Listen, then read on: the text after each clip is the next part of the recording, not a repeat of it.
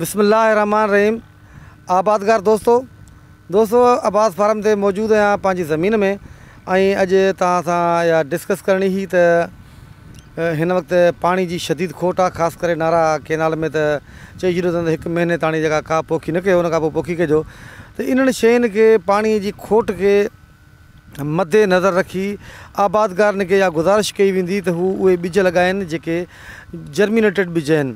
ख़ासि करे जेके ट्रांसजेनिक ॿिज आहिनि या 3G ॿिज जिन खे पाण चऊं, उन्हनि जा ॼम जी सलाहियत एतिरी न हूंदी आहे बिनिस्बत जेके OP ॿिज उहे हूंदा आहिनि जिन में पंहिंजो नॉन BT ॿिज वधीक ॼमंदा आहिनि, BT ॿिज घटि ॼमंदा आहिनि। बहरहाल जेके बि सिंगल जीन वारा वैराइटियूं आहिनि जिन में हीअ सदाबहार अचे थी, SS 32 अचे थो, Z 33 अचे थो, या किर्स जी वैराइटियूं आहिनि, त इन्हनि में ॼम जी सलाहियत उन्हनि ट्रिपल जीन वैराइटियुनि खां वधीक हूंदी आहे। हिन वक़्तु जंहिं फील्ड में असां मौजूदु आहियूं, तव्हांखे कैमरा जी मदद सां ॾेखारियूं था त हीअ किर्स 682 वैराइटी आहे जेका सकरण वारे इदारे जी आहे।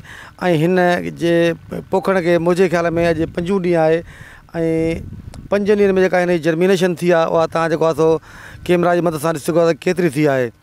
ऐं इहो तव्हां ज़हनी तौर ते तयारु हुजो त पाणी जी शदीद खोट आहे, उन करे अहिड़ियूं वैराइटियूं खाइजनि जिन में गोथ जो उनसर न हुजे। यानी भला ॿिज खायो, ॼम वारा ॿिज खायो। अगरि तव्हांजी गोथ थिए थी ऐं तव्हां अहिड़ियुनि वैराइटियुनि ते हलाए वियो ऐं पाणी बि न आहे त पोइ तव्हां इंतिहाई वधीक परेशान थी वेंदा।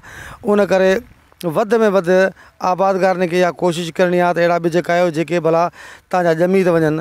ऐं उन खां पोइ जेकर लाॻाणो अची वियो हिन खे हिकिड़ो अधु, त पोइ हीउ महीने ताणी जेको आहे सो पाणी जी बर्दाश्त रखनि था। ऐं पोइ जेकॾहिं अप्रैल जे 15 तारीख़ खां पोइ पाणी आयो त पोइ तव्हां उनखे जेको आहे सो मैनेज करे वेंदो।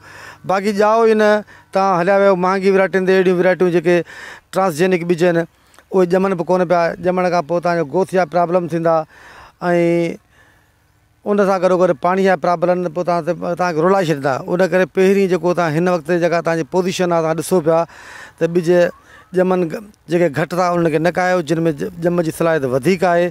या त वरी चेक कयो ॿिजनि खे, जेका सिड़ीअ वारी ॿोरी आहे उन में मुठ ककड़नि जी भरे 100 ककड़ा उन मथां ॻणे ॿोरी जे सेंटर मां कढो। उन खां पोइ उन्हनि खे जेको आहे सो उन सिड़ीअ वारी ॿोरी ते विछाए ॿोरी खे वरी मथां ऊंधो करे रखी ॾियो।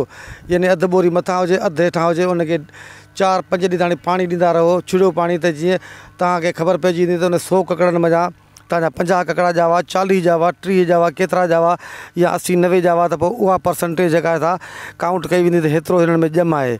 उन करे कोशिशि इहा हुअणु घुरिजे त जेका हिन वक़्तु सिचुएशन आहे, अहिड़ी क्रिटिकल सिचुएशन आहे, पाणी बिल्कुलु कोन्हे को।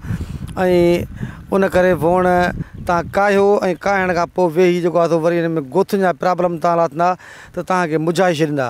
अहिड़ियुनि सिचुएशन में जेको आहे सो तव्हां वण महिरबानी करे काए छॾियो ऐं उन्हनि खे जेके भाण भितर जा प्लान आहिनि उन्हनि खे फ़िलहालु भुलिजी वञो, छो जो पाणी आहे कोन। हिकु तव्हां वण ॼमायो, वण ॼमी वियो आहे त पोइ वण गुल पोखाए उनखे तव्हां 40 ॾींहंनि ताणी मैनेज करे सघो था। बाक़ी हिकिड़ो ॼमंदो ई न गोथ करे वेंदो त पोइ तव्हां परेशान थी वेंदो। उन करे सभिनी आबादगार दोस्तनि खे गुज़ारिश आहे त हीअ किर्स जी वैराइटी हुई, किर्स 682 आहे, इहे बहितरीनु ॼमनि पियूं। उन खां सवाइ सदाबहार आहे, SS 32 आहे, या जेके इहे वैराइटियूं आहिनि उन्हनि जी ॼम जी सलाहियत इंतिहाई बहितरीनु आहे। ऐं ॿिज कंहिं तस्दीक थियल माण्हू खां, तस्दीक थियल कंहिं ज़मीदार खां, पाड़े वारे खां, या पंहिंजो हथरां कटियल ॿिज पोखियो।